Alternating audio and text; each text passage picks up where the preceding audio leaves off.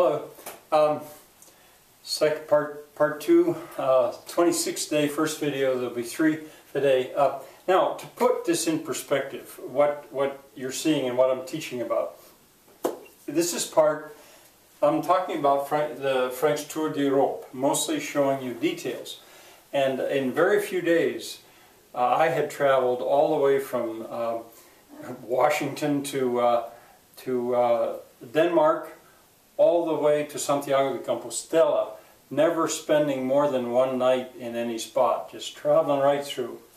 But in Santiago de Compostela, Eric and I actually slept 2 nights in the same place, thanks to this very gracious host. I can't say enough about how nice he was, Jose. Well, now we're back on the move, you know, and back on this marathon trip. And we had a very scary early start, because to take the train and to make it to Lisbon that day, we had to leave at, I believe it was 6 a.m. in the morning. It meant we had to get up at 5. And I reached over the alarm and hit the alarm when it went off, and hit another button as well, and it advanced the time. So when I got the light on, I looked and it said 6. Well, it was really 5. But I woke Erica up and I said, hey, it's 6 o'clock. And she said, we missed our train, which was going to throw the whole itinerary into jeopardy. Well, she figured it out eventually. And Jose, for his part, instead of us getting a taxi, he got up very early, took us to the train. Now, his alarm didn't work, but he just happened to wake up early, which he doesn't usually do. So that was not a good moment, that very beginning of that day. Once we got on the train, it was dark. Erica slept. I didn't sleep really, but you couldn't see anything. I wish I could have. I would have loved to see what was out there, but I couldn't, going through, getting into Portugal. I do want to tell you that there was a Brazilian woman on the train at one point. I was hearing Portuguese now, not speaking to anybody yet. And I understood this woman. She was talking at the end of the train, but she was entertaining the women around her with stories. And I thought, well, this isn't going to be too bad. I understand what she's saying. Well, later I realized, well, she was a Brazilian. That's why I understood her so well. I had trouble with the Portuguese accent. But what I really want to tell you about on this train ride is that there were a few times on this trip that I got genuinely excited. And here was one of them.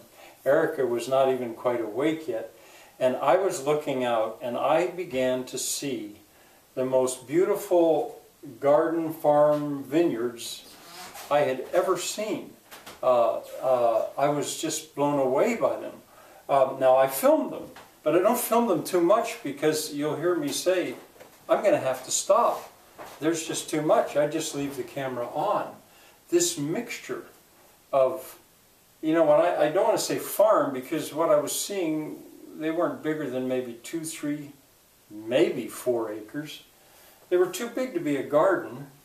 And they weren't really vineyards, because the vines, the grapevines, went around the edges of the fields like arbors, almost like hedges. I'd never seen anything like it.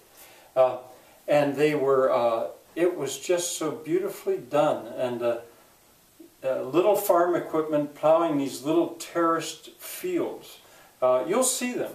Now, one of the reasons I got so excited was because, you know, things that I can't even explain anymore from my past, living in Brazil, or things I've seen before, sometimes they're reawakened. And I think that was happening. That, as I say in one of the videos, maybe this is where I got my idea of what a farm could be. Even though I'd never been there before, I'd seen that kind of a thing, sort of, in Brazil. Now, I researched it a little bit. I didn't even know the name of the area that I was going through.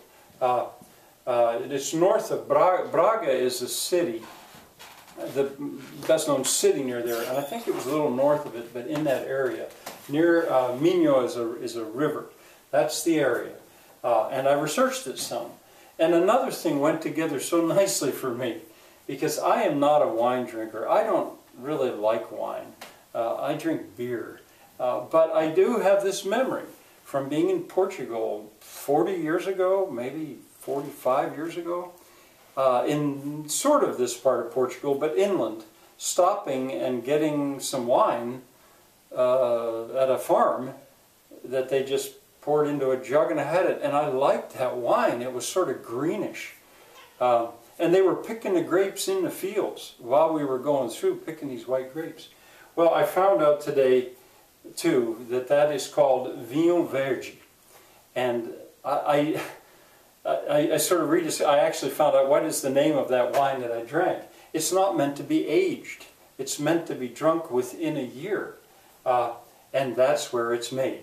And why those vineyards are around the outside, I learned that this morning too, which generated these marvelous combination garden farms vineyards, is because when the corn plant, maize, was introduced, that was such a good way to have grain that the government passed a law that said the vineyards, the grapevines, had to be just around the edges of fields so that the fields could be devoted to maize, to grain. And the result now is these wonderful biodiverse farms. I saw grapevines going right over houses, roofs of houses, everywhere around the outside edge. Little paradises. I got very excited about it, and I continue to be. That's an area that I would like to see again, and I would not go through quite so fast. I would maybe stop at Braga and look around a little bit in the countryside. This was what I had wanted with my traveling by train right along, and I got it in spades there. Well, the next time I talk to you, I'll be talking about Lisbon. See you then.